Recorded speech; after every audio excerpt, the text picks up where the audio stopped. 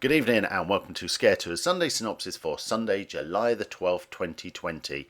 So what's been happening this week? What is the big news? Well, the big news is clearly that the partial lifting of the lockdown now means that we can get out and about a lot more, which means we can go to restaurants, we can go to pubs, and we can go to theme parks and cinemas if we want to. But what this does mean is there's still a lot of restrictions about what we can and can't do. Theatrical performances, and in fact any type of indoor performance, is still banned at the moment. So you can do an outdoor performance, which might work well for some of the more outdoor scare attractions, but indoor performances are still prohibited. And what the rules mean at the moment is not only you can't have the performance, but you can't have people singing, you can't have people shouting, and it all relates to what goes on backstage as well, including rehearsals, auditions, costume, makeup, the way the actors move around the building, and the way guests come and go. So there is a lot of uncertainty at the moment as what does this mean for the Halloween industry and what it means for scare attractions. But under the strict guidance, a scare attraction is not allowed to open at the moment because it is a performance venue. But saying that, we are seeing some movement across the industry and we have seen a few announcements. So let's run through what we know this week and what has been announced. So first up, Edinburgh Dungeon have said that they will be reopening next week. Now, Edinburgh Dungeon is one of the best dungeons in the UK. It's definitely the scariest. It has some really dark scenes and some great jump scares along there. But when they open next week, they will have reduced groups of just 8, which is very small. There's normally about 25 to 30 people going through. And a lot of the rides are going to be cancelled. So the boat ride isn't going to work. The drop ride isn't going to work. The mirror maze is going to be just a path all the way through. It really does feel like Dungeons Light. It's great that they're able to open, but there's going to be a lot of social distancing measures in place. The actors could potentially be wearing masks, and it's going to be interesting to see how that works. Now, that's off the back of Amsterdam Dungeon, which is already opened, and we've got a review of that on the main site. You can go and have a look. And also this week, Hamburg Dungeon and Berlin Dungeon have also opened. They've also announced that, reduction, no indoor rides, smaller groups, and interestingly, both Hamburg and Berlin Dungeon are only doing German trips at the moment, German tours. There's no English tours available. So it's going to be interesting to see what happens with those dungeons. What that means is whether Merlin are able to roll that out to other attractions. Obviously, Warwick Castle, the Warwick Castle Dungeon is still closed, and that is a very small and very tight dungeon. It's very unlikely that that will be able to open yet. At Alton Towers, the Alton Towers dungeon is still closed, and of course the other dungeons around the country, York Dungeon and whatever. So it's going to be interesting to see what happens. Still, as I said, there are these guidance rules about performance venues, and it'll be interesting to see what happens with the rest of the dungeons. While we're talking about Merlin, let's talk about what's been happening with the rest of their attractions. So we mentioned Warwick Castle, their Warwick Castle Dungeon, but Warwick Castle seem to have updated their website, and it doesn't make any mention of the Haunted Castle event.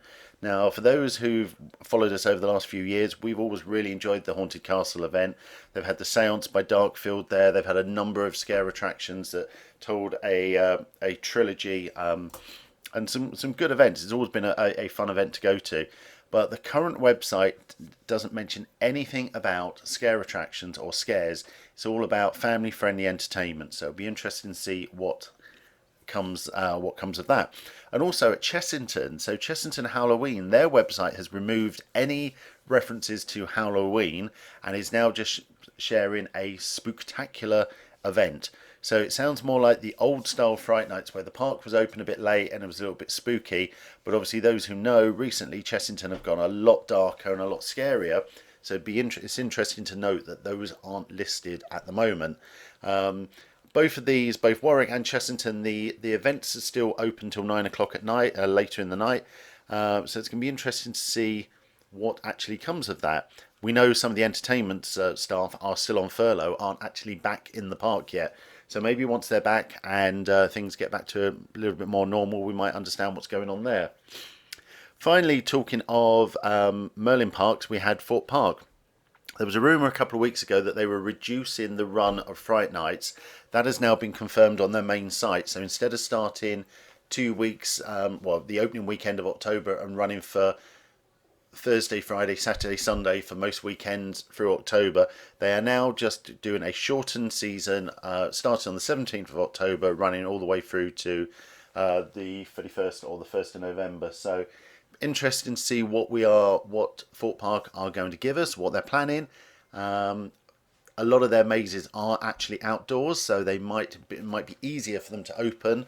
Obviously, Walking Dead Living Nightmare has been replaced by the Black Mirror Labyrinth, which will not be opening. That's coming next year. But as to what they could do, they've got Platform 15,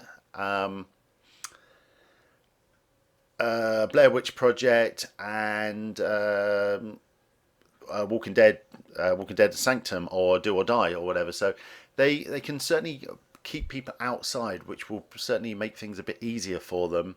And then finally, there's been a few rumours flying around about Alton Towers. Nothing has been confirmed yet. There was a fake rumour yesterday that Subspecies was currently being rebuilt at the towers. That was debunked very quickly as fake.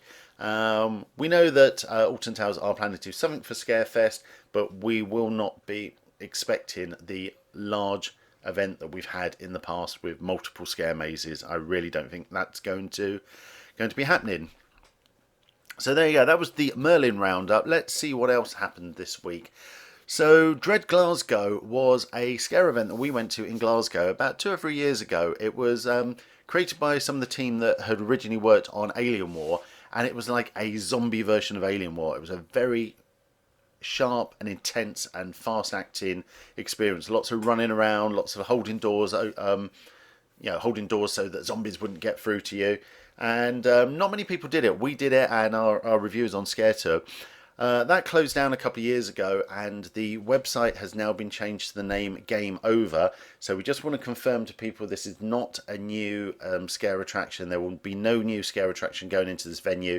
This is going to be a new gaming bar, gaming arcade. So that's definitely not a replacement scare attraction there. In other news, while digging around on the Scare Kingdom Scream site, we noticed that Psychomantium was due to be replaced this year. It was going to be called Terotica. Although Scare Kingdom is happening this Halloween, Terotica was removed and Psychomantium is back. But the website was still showing Terotica Christmas Crib, but that has recently been changed to show that the Christmas show is still going to be Psychomantium. So clearly no large overhaul of the extreme attraction there at Scare Kingdom.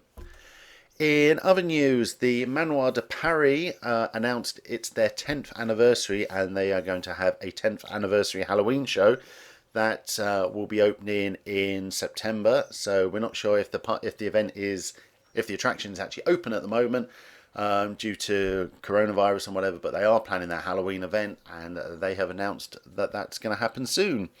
Also planning for 2020 is the Nightmare Realm in Ireland. They've promised there will be new themes. They always have new stories each year, but they won't be related to viruses. I think we've all had enough of viruses. But again, they're still not 100% certain that they will be able to open this year. So we're just going to have to wait and see what's going on there. Who else announced this week? We had Darkfield. Darkfield are the creators of the amazing Seance, Coma and Flight. The experiences where you go in a packing container and you put headphones on and it's like a binaural experience.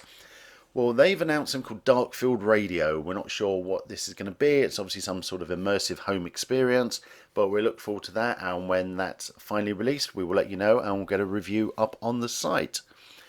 The other big thing that we've been doing, obviously during lockdown and everything, is doing lots of escape rooms. And escape rooms are now able to open with appropriate social distancing and cleaning and stuff like that. So what we've seen this week is Trapped have announced a new room called the Tormentor, which will be opening soon. Scapologic have announced that they'll be opening in a couple of weeks, and they've obviously got the wonderful Butcher Room and Howitz. Paralysis Escape Rooms have announced that they've got a new room coming soon called Entity, which should be interesting. But also recently opened over the last couple of days have been escape rooms from Tully's, which obviously includes Nevercott Manor, Tricky Escape Clacton with their room Condemned, and Break Escape with the award-winning Nerve Clinic. So there we go. That is just a summary of what has been happening in the last week. Obviously, things change a lot. We are in a very uncertain time with what's going on with coronavirus and COVID. Still not sure what we're going to get for Halloween. Until some of the rules change, we don't know whether we'll be able to have a full-scale Halloween event like we used to, or something a little bit watered down. Certainly we saw last week a couple of events had cancelled, and I think it's going to be a uninspiring year. So those who can actually are able to open and are able to do provide some scares, it will be interesting to see what they can actually do, following all the social distancing guidance and everything like that. So we hate to talk about lots of doom and gloom, but you know we have to be realistic, and we have to understand that scare attraction operators are facing a very uncertain time at the moment. So we need to support them as much as we can, but understand if they are unable to open, and if they are able to open but with reduced capacity, bigger queues, or reduced scares because they can't get close to people due to social distancing or whatever. We just need to understand that it's not forever, and hopefully we will get back to normal from next year. So there we go. That was the Sunday synopsis for July the 12th, 2020. If you've got any comments, do let us know. Don't forget to continue if you want to get these notifications immediately. Don't forget to subscribe to the videos. Follow us on Scare Tour. Follow us on Instagram. We've tried to be a lot more active on our socials this week. So do follow that. Do see what's going on. And with that, we are going to sign off. We're going to see you next week. And let's hope we can save Halloween.